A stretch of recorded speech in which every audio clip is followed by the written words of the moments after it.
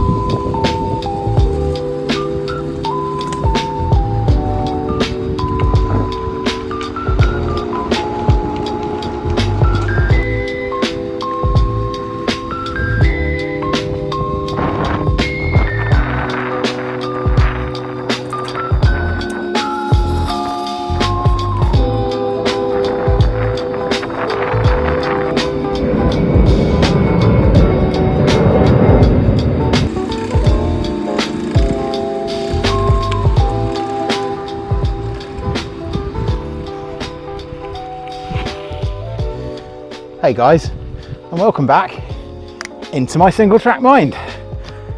Today, as you can see, I'm taking it a bit casually. I'm actually out riding a bike for once, and here we are at the Ship Canal in Chester.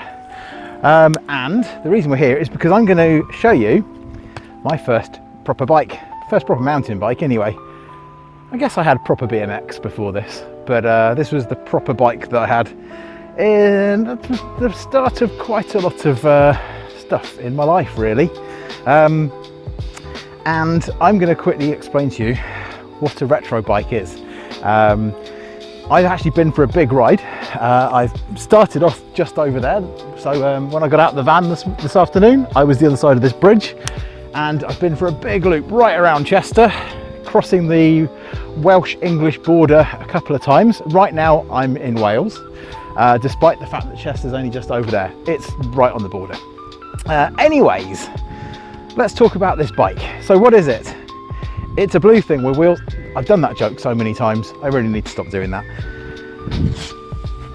So, this bike first entered my life in 1988. This is a 1988/89 Saracen Tufftrax. This is a first of a new generation of bikes that had 21 gears. That's a 3x7 gear system. So you've got 3 chain rings at the front and 7 sprockets on the cassette at the back, giving you 21 gears. Prior to that, 18 was kind of standard. And then later on, obviously things went back the other direction, and you've ended up now with a 1x gearing system on a lot of bikes where you only have 1 chain ring at the front and then 12 or sometimes even now 13 gears at the back. However, back in the day, this was cutting edge tech. 7 gears at the back was a brand new thing. What we have is a steel frame, a steel fork, a steel stem, a steel handlebar, and pretty sure a steel seat post as well. And that all kind of corresponds to an extremely comfortable ride, as you can imagine. It's not comfortable at all, it really isn't. The only comfort on this bike really comes from the tyres. The tyres are one of the few things on this bike that are not original. Nearly everything else on here actually is original. This is not my original bike, I wish it was, but interestingly, the first time I ever rode a mountain bike, back in probably 1986, 7, it belonged to a friend of mine who I was at school with in probably the 3rd year of school, something like that. There was a guy called Dale Tioiski, and he had a mountain bike with 15 gears on it. And at the time I was riding around on a 10-speed racer, and he lent me his bike, and I was like, wow, this actually goes uphill without my eyeballs bulging out of my skull or my discs prolapsing or something, or both. And I thought, do you know what, I really quite fancy one of these things with low wiggly gears on it. It took me a couple of years to get there. I worked as a young teenager at the Dart Valley Railway in Buckfastleigh in Devon, and I saved up for an entire summer, and come just about the time of my birthday in 1988, which is when these were released, tail end of 88, I bought myself my first mountain bike. You've got to admit, it's a pretty nice looking bike, and this is a particularly good example. Like I say, this is not the original. The original, I rode and rode and rode and rode. I rode it so much, I've probably never ridden any other bike in my life as much as I rode one of these. That might sound weird as a mountain bike guide, but bear with me. What I mean is I had it for, I don't know what, till 1990 when I had my first Kona explosive. So in that 2 years, I took it touring. It had a rack on it, panniers. I used to take it to, I've taken it to Scotland. I went round Wales on it. I went around the Cornish coast on it 2 or 3 times. I used to ride it almost every night after school. I used to ride it every weekend on a Sunday. Saturdays we didn't ride. We went to all the bike shops locally on a Saturday by bus. We used to get on the little Torbay hopper bus, and we'd go to every single bike shop in South Devon and just like look at things as you do. And then, yeah, basically I rode it and rode it and rode it. And in 1990, I then sold it, bizarrely, to Dale Tioyski, who was the lad from school who first let me ride his mountain bike. And he bought my actual original Tufftrax. So there was a nice kind of circularity to that. Anyway, let's take you through the bike a bit. So, like I say, what you have here is a British built, genuinely British built steel frame. Back then, back in 1988, 89, and for a few years, Saracen were actually a proper British brand, and they were built in the UK, painted in the UK, and the paint on these things was phenomenal. And at the time, back then, the magazines, when they reviewed Saracens, always said that the paint on them is absolutely bomb-proof and it should last forever. And as you can see, how many years later? 37 years later, this bike is still in really good nick. The paint's really, really good. I mean, it's got little marks on it for sure, but this is a 37-year-old bike, and it looks better than some bikes I've seen that are, what, you know, a couple of years old. Right, so let's turn around and you can have a look at the drive side. So here we go. Here we have our 3x7. Oh look, it's just popped out of gear there. Let's pop it back in again. Our 3x7 drivetrain. Now, what you've actually got here, you know how so many people now have these trendy, fancy, oversized chain rings? Well, that invention is 37 years old. It's actually 38 years old, because I think Biopace came in the year before this. So nearly a 40-year-old thing. So your new tech ain't new. This rear mech is a Mountain LX rear derailleur, which is probably equivalent to something like Dior LX, I suppose, these days, kind of somewhere around there. The chain set would have been an X-Age Country, which is basically a real turd of a chain set, unfortunately, really heavy thing. It's the only thing on this bike that's not original other than the tyres. The chain set has been replaced, like I say, with this 300LX, which I think was a 1990 model, and it's exactly the same as what would have come on it. It's just got a different sticker, pretty much.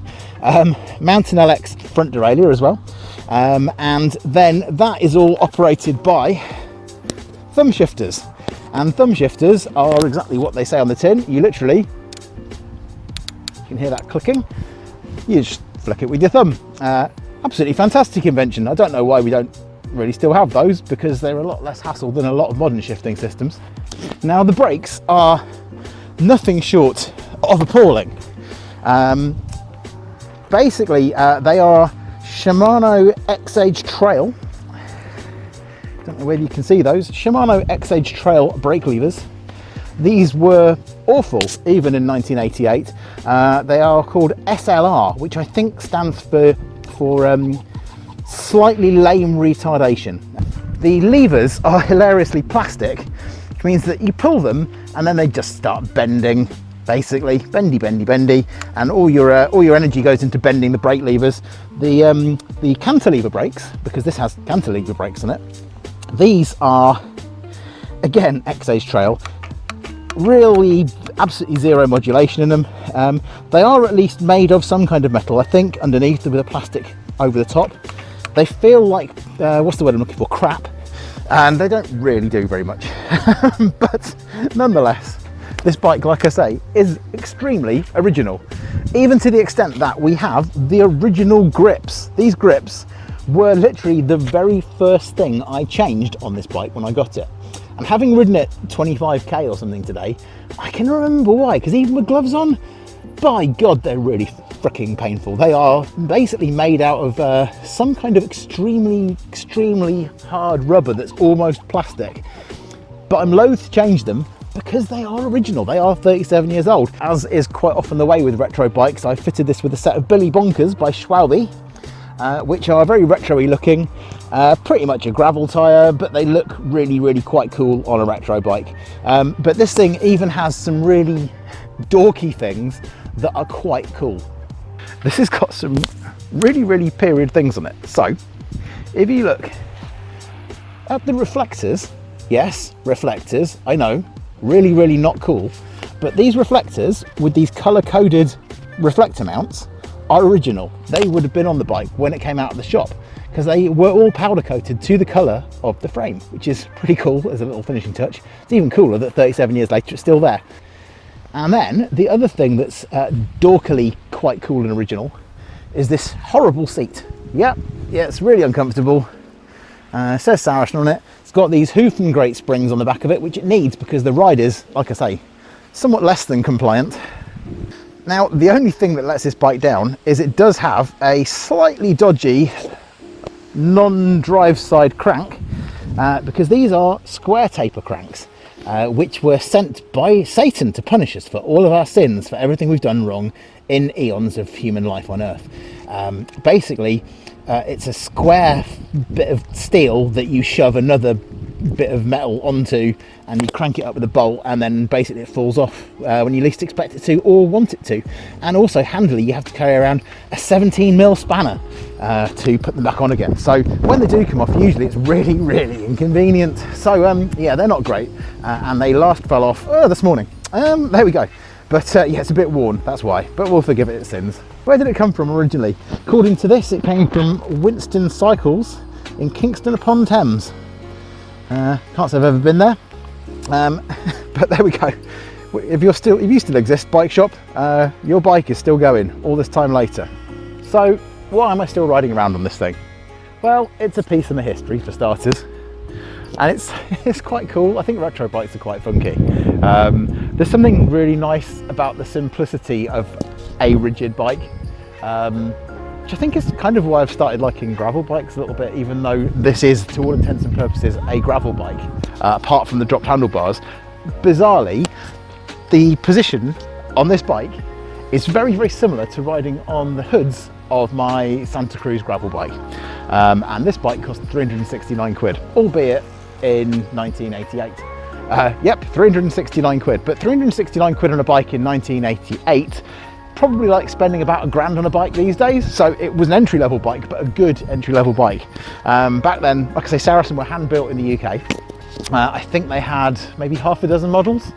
There was the Tufftrax, the Traverse. There was another one as well, wasn't? What was the next one up called? The Traverse was the cool green one that had U brakes. There was something else in the middle. Was the Traverse the purple one that didn't have U brakes? That looked a lot like it. So I think there's something truly cool about a bike that still has some relevance after all that time.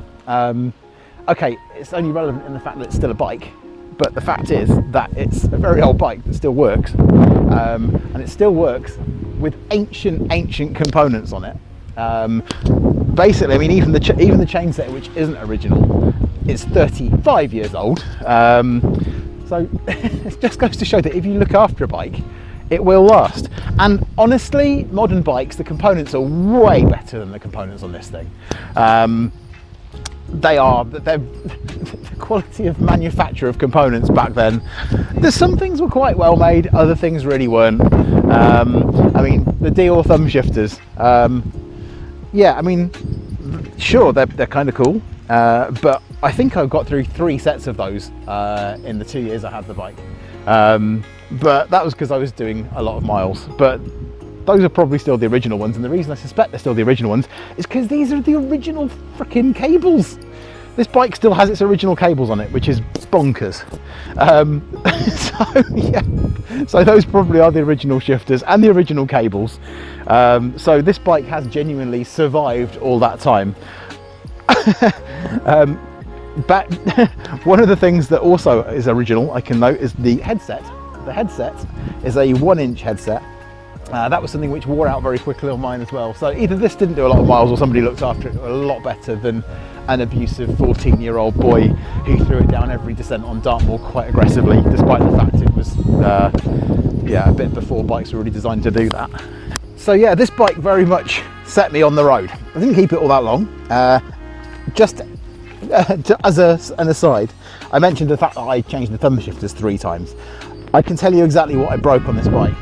I broke the thumb shifters, as I said, 3 times. I replaced the brakes because they didn't work. I destroyed the front wheel, I folded it in half. I destroyed the rear wheel, I folded that in half as well on the front of a car. The chain set was replaced a couple of times. The rear mech was replaced several times. Several cassettes. Obviously when the wheels were replaced, the hubs got replaced as well. Bottom bracket many times, headset many times. Seat was replaced, grips were replaced. Basically everything apart from the frame, the fork, the stem, the seat post and the bars were all replaced in a 2-year period. But like I say, I didn't really treat it super well. Well, that's not true. I just used it for what it was designed for a lot.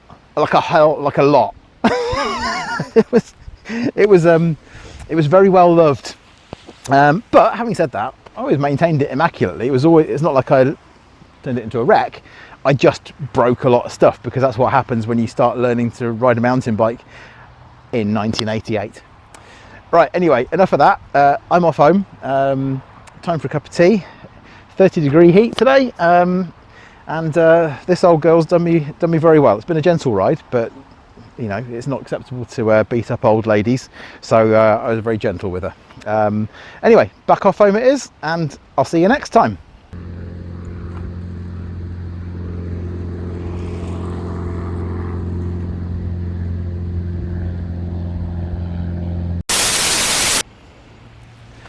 So why am I still riding around on this thing? I don't know.